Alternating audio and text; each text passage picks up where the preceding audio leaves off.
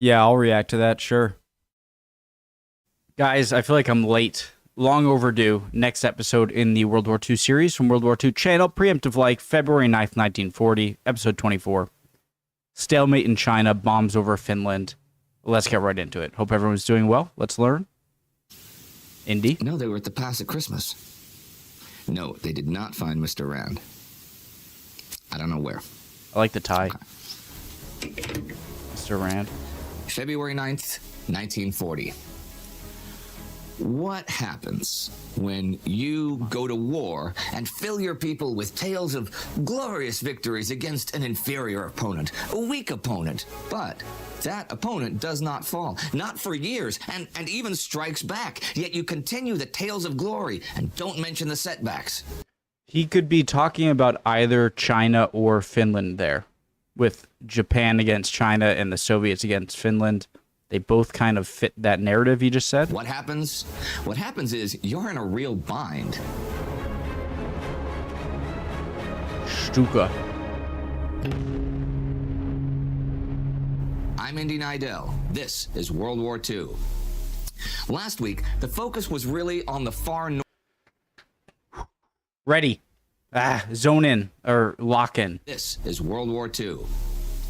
Last week, the focus was really on the far north of Europe. The Soviet Red Army had renewed its offensive against the Finns, and the Germans had made concrete the decision to invade Norway. The Allies are thinking about both Norway and Finland this week. On February 5th, the Allied Supreme War Council officially decides to intervene in Norway and send the Finns help. They will land in Narvik on or near March the 20th. They figure the Norwegians and Swedes will do nothing to not jeopardize their neutrality. Allied preparations are, however, vague, irresolute, and amateurish. The pretext of going to help Finland is most unconvincing, and it is the obvious intention to devote more effort to stopping the Swedish iron ore reaching Germany.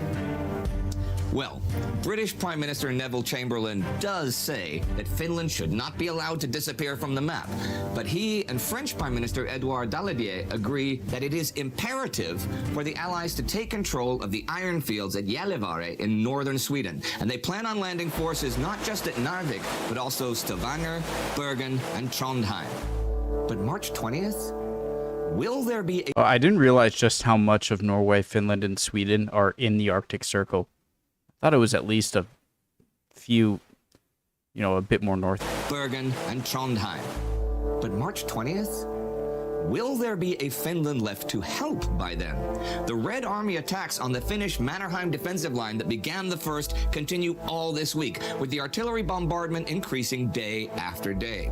Around just the Summa sector, 400 shells per minute are falling. The Finns are still holding on, without sleep, deaf, frozen, and hungry, but still holding on. But their bunker walls are being blasted to pieces, and a lot of their positions were not built to provide mutually supporting fire, so they are isolated, and they don't have anti-tank weapons in any real number. So a lot of these positions only have a Maxim gun as the defense. So a couple of tanks parked outside supported... Hold on a second. Isn't this a water-cooled barrel?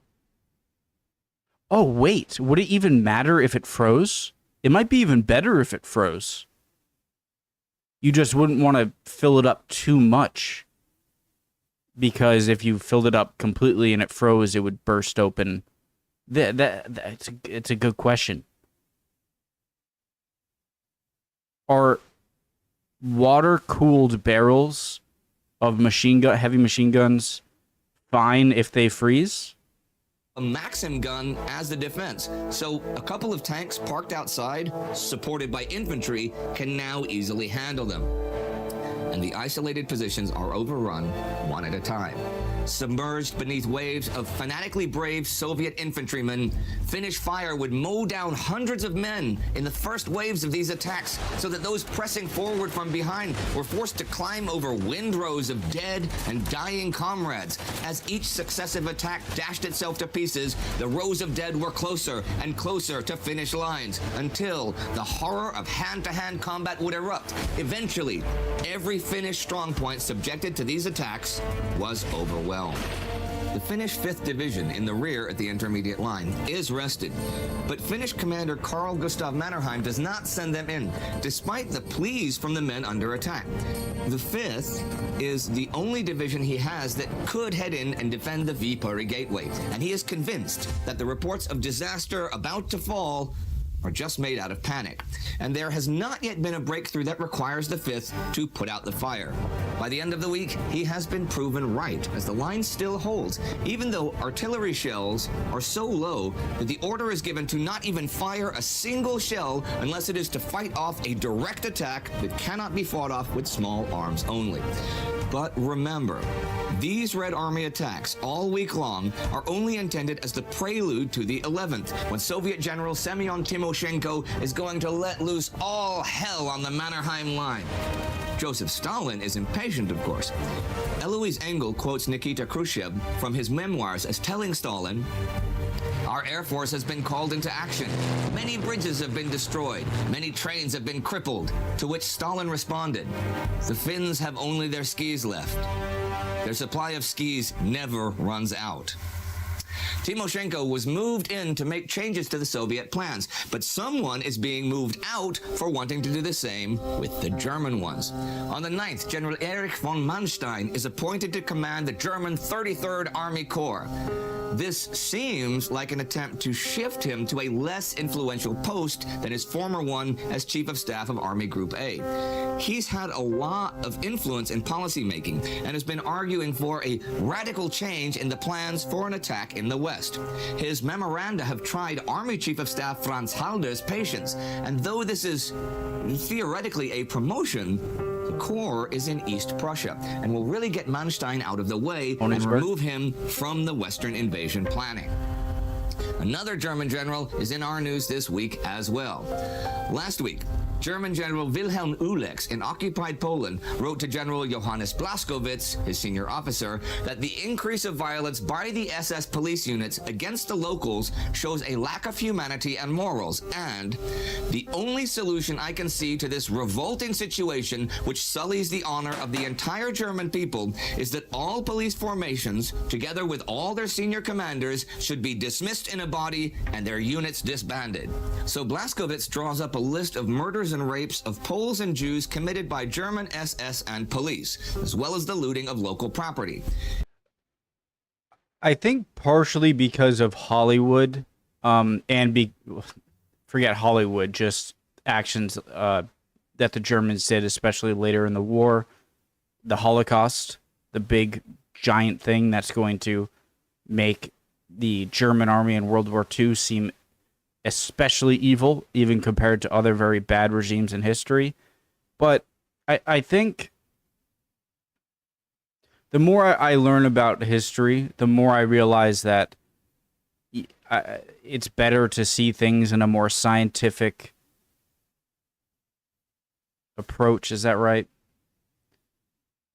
I'm trying to say that, German soldiers almost in World War II have almost taken on like a orc-like Tolkienian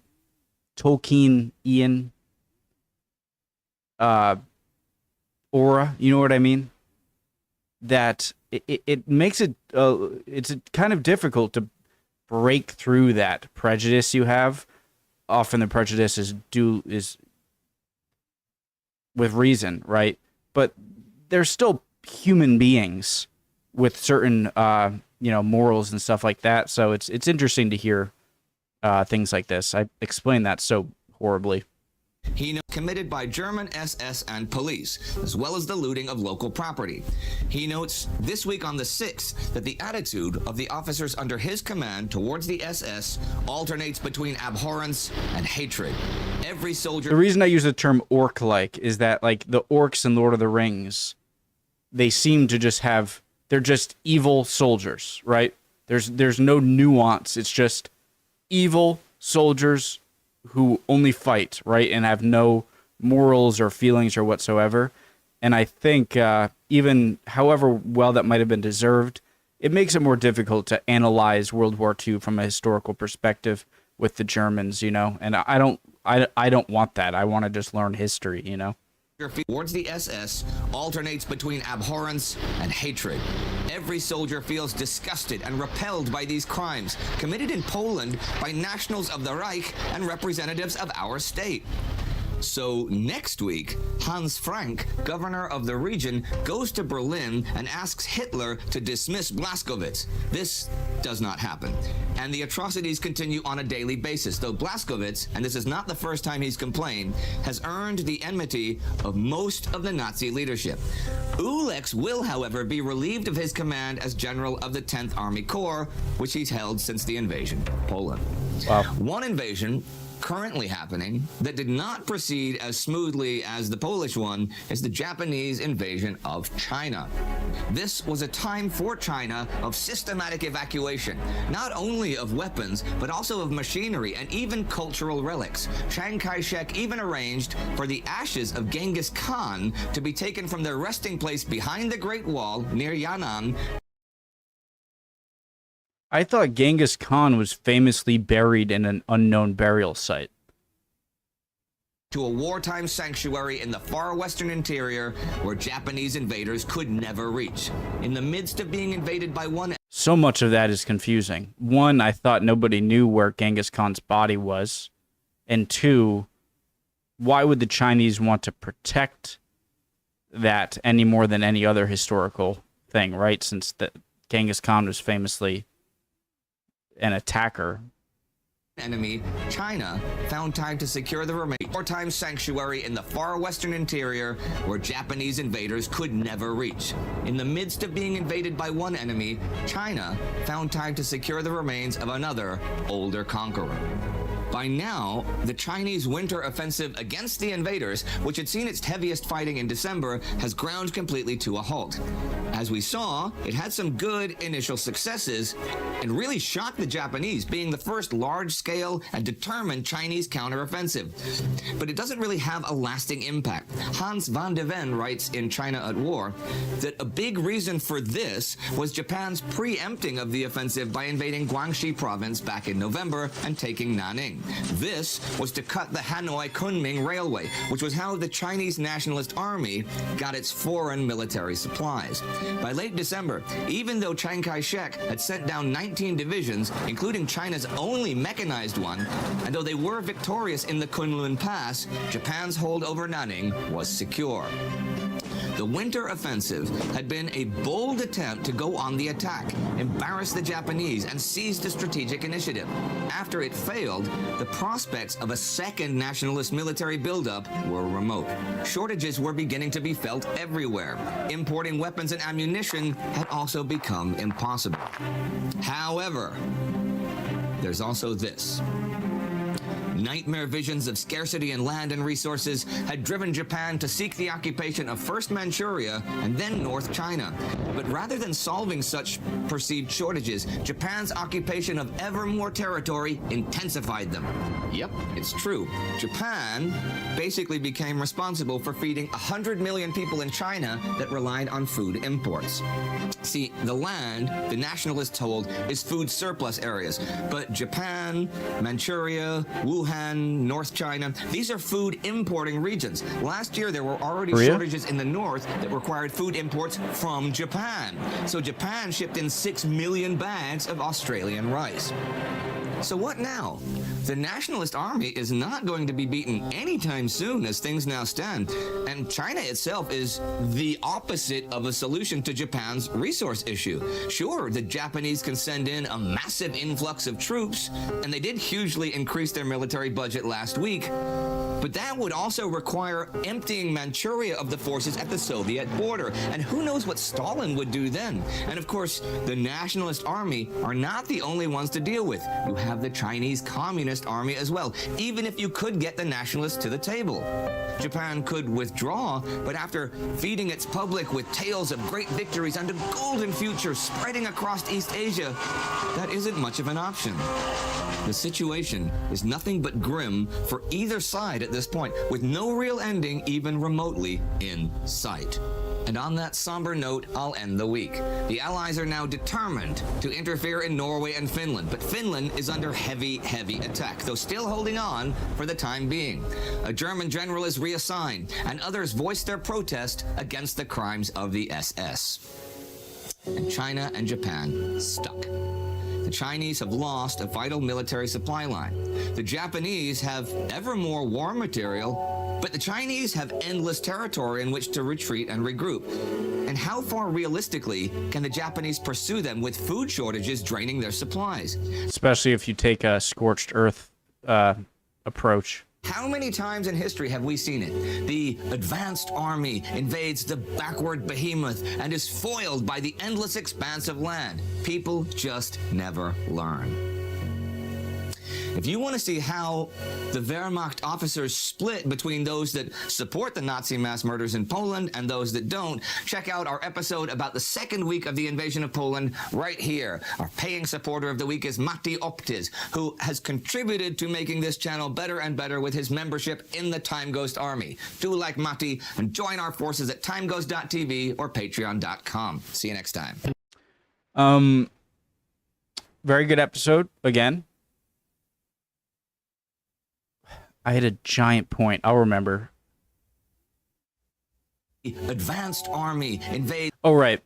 So the World War II is clearly started at this point, right? There are some arguments that can say, World War II started earlier in the 30s when the Japanese were attacking China, but that's not a world war. Those two parties might have been involved in the World War when it fully erupted, but it's hard to say that that's the case. And then it's like, okay, the invasion of Poland. And people could argue, okay, the invasion of Czechoslovakia could have been technically the start.